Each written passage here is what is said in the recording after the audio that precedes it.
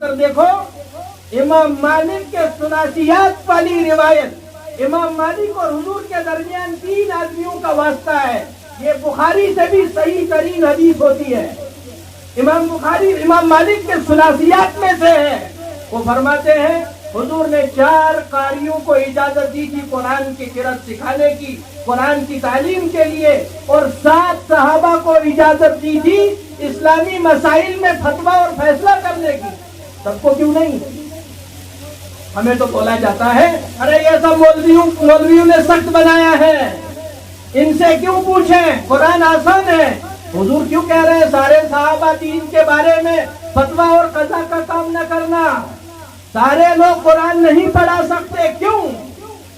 حضور اعلم الناس ہے، حضور کے علم پر اگر اعتماد ہے تو حضور اپنی عمل سے امت کو پیغام دیتے ہیں۔ دین والے افراد سے سیکھا جائے گا جنہوں نے اپنی زندگیاں پڑھنے پڑھانے کے لیے وقف کی ہے، جنہوں نے بچپن سے لے کر 55 تک اللہ کے کلام کو، اللہ کے رسول کے کلام کو اپنی زندگی کا محور بنایا ہے، مقصد بنایا ہے۔ یہ حیثیت ان کو اللہ نے دی ہے، یہ ان کا حق ہے، وہ لوگوں کو صحیح اور غلط بتا سکتے ہیں۔ آپ بھلے کتنا پڑھیں، آپ بڑے ہی کتنا دیندار ہو جائے، کتنا دینی اعتبار سے آپ کے کارنامے ہو جائے، وہ سب اپنی جگہ ہے، اس کا صلہ اللہ کے یہاں ہے، لیکن میدان دین میں قیادت اور سیادت علماء کو حاصل ہے۔ یہ فیصلہ قرآنی ہے، یہ فیصلہ نبوی فیصلہ ہے۔ اس کے باوجود بھی اگر آپ کو بات ہضم نہیں ہوتی ہے تو آپ کو اپنے نبی کے علم پر، آپ کو اپنے نبی کے فیصلوں پر اعتماد نہیں ہے، آپ کو شیطان نے اپنی گھاٹ میں اتارا ہے، پانی پلایا ہے۔ اس لیے آج جو دوسرا فتنہ یہ بتایا جاتا ہے امت کو، جس کا شکار کیا جاتا ہے، وہ فتنہ ہے علماء سے بدزن کرنا۔ کبھی تحریروں کے ذریعے سے، کبھی تقریروں کے ذریعے سے، یا تو علماء سے بدزن کریں گے، علماء کی کمیوں کوتاہیوں کو ایسے بیان کریں گے کہ لوگ علماء کے پاس جانا چھوڑ دیں، یا تو تقریروں اور تحریروں میں ایسا اسلوب اختیار کریں گے کہ کبھی کتاب لکھیں گے، اس کتاب کے ذریعے سے اور اس تقریر کے ذریعے سے آپ کے عقیدے کو ختم کریں گے۔ اب آپ بتائیے ان سب فتنوں سے بچنے کے لیے اللہ نے کیا پلان دیا ہے؟ اللہ اور اس کے رسول نے کیا حل دیا ہے؟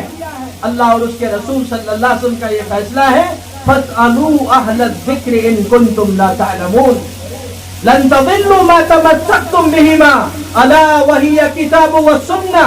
حضور نے فرمایا جب تک تم کتاب اللہ کے ساتھ، سنت رسول کے ساتھ، قرآن پڑھنے اور سنت پڑھانے والوں کے ساتھ جڑے رہو گے، مَا تَمَسَّكْتُمْ بِهِمَا، جب تک تمہارا تعلق علم کے ساتھ، علماء کے ساتھ، علماء ربانیین کے ساتھ ہوگا، شیطان اور اس کے کارندے آپ کو گمراہ نہیں کر سکتے۔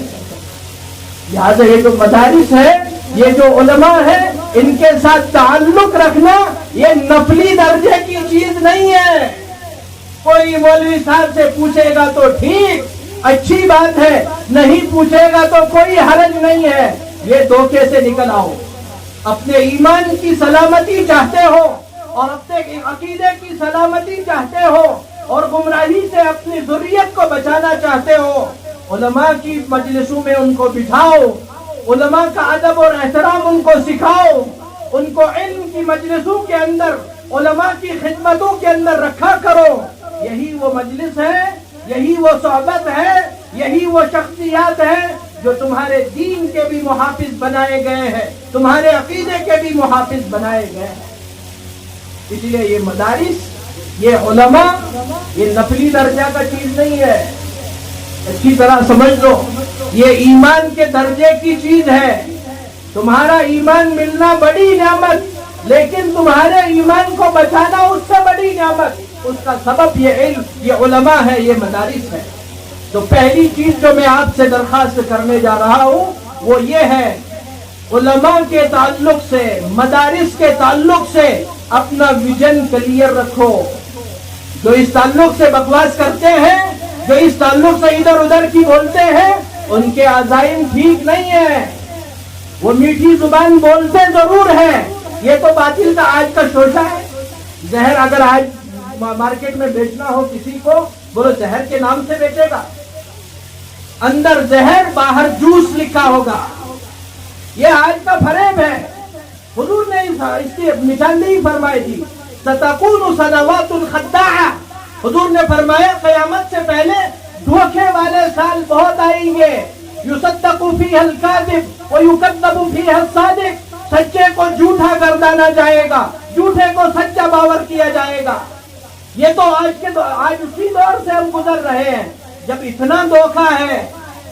جوس کے نام پر زہر بیچا جا رہا ہے، کھانے پینے کی چیزوں کے نام پر بیماریوں کو بھیجا جا رہا ہے، بیماریوں کے اسباب فراہم کیے جاتے ہیں.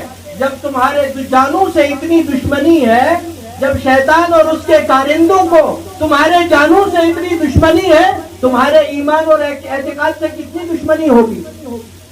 اس کا ایک حل یہ ہے، ہم مدارس کے ساتھ، علماء حق کے ساتھ اپنا تعلق مضبوط رکھیں. اور دوسرا جو حل فتنوں سے بچنے کا ہے وہ یہ ہے، آج ہماری زندگی کا رخ دنیا کی طرف پھر گیا ہے. انبیاء کرام علیہ الصلوۃ والسلام کی تعلیمات کا خلاصہ یہ ہے، نبی آتے تھے انسانی قافلے کا رخ آخرت کی طرف پھیرتے تھے. انسانوں کے دل و دماغ میں یہ بات بٹھاتے سمجھاتے تھے، اصل دنیا نہیں اصل آخرت ہے، اصل دنیا نہیں اصل آخرت ہے. دنیا میں بھوکا بھی رہا تو کوئی غم نہیں، دنیا کے اندر کچھ بھی ہوا وہ سہ لیں گے، لیکن اگر آخرت میں ہمیشہ کی زندگی میں ناکام ہوا تو یہ واقعتاً ناکام ہوا، یہ واقعتاً رسوائیوں کے حوالے ہو گیا. یہ نبی کی تعلیمات کا خلاصہ تھا. ہمارے نبی پاک صلی اللہ علیہ وسلم نے ہمارا رخ آخرت کی طرف پھیرا تھا. ہم اور آپ سب مل کر کے اپنے دل کو بولے، آخرت ہمارا یقین ہے کہ نہیں ہے؟ وہ آخرت حقیقت یقین ہے کہ نہیں ہے؟ اگر یقین ہے اپنی 24 گھنٹے کی زندگی پر نظر دوڑا کر بتاؤ، میری 24 گھنٹے کی زندگی میں آخرت کے لیے میں کتنی محنت کرتا ہوں. میرے دل کے اندر دنیا کے چیزوں کا کتنا شوق ہے. دنیا کی ترقیوں کے پیچھے بھاگتے بھاگتے نہ گھر کا رہا نہ گھاٹ کا رہا، نہ بیوی بچوں کا خیال، نہ اپنے کاروبار کا، سب بھاگ رہے ہیں. دنیا کی ترقیوں کو پانا ہے، دنیا کے اندر آگے بڑھنا ہے. اللہ تعالیٰ فرماتے ہیں، من کان یرید حرث الدنیا نؤتیہ منہا. جو دنیا کا عاشق بن جاتا ہے، اپنا سب کچھ دنیا کے حوالے کرنے کے لیے تیار ہو جاتا ہے، اللہ تعالیٰ فرماتے ہیں فما لہ فی الآخرۃ من نصیب. یہ دنیا تھوڑا سا تو مل جائے گی اس کو، لیکن اس کی آخرت ویران ہو جائے گی، اس کا آخرت میں حصہ نہیں ہوگا. اب 24 گھنٹے کی میری زندگی دیکھیں، میں آخرت کی محنت میں کتنا لگا ہوا ہوں، میرا دنیا پہ کتنا لگ رہا ہے.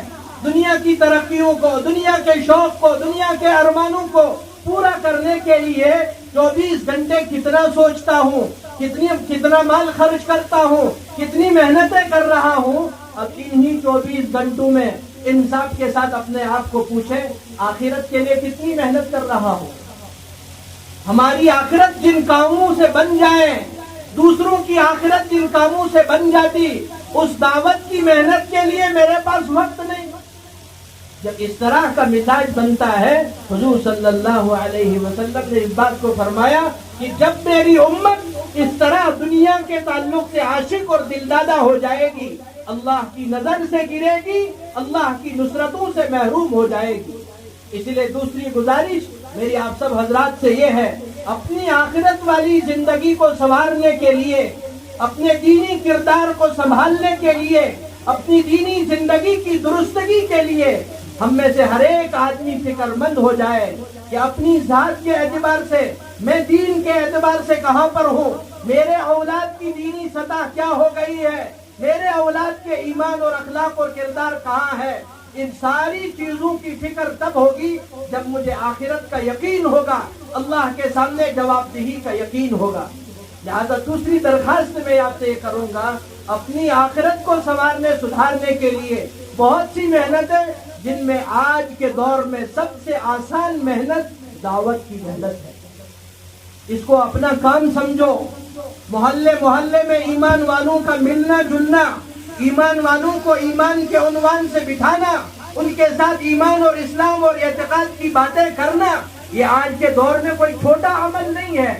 ہمارا ایمانی رشتہ اس سے مضبوط ہوگا اور ہمارا ایمانی معاشرہ مضبوط ہوگا، اور اللہ تبارک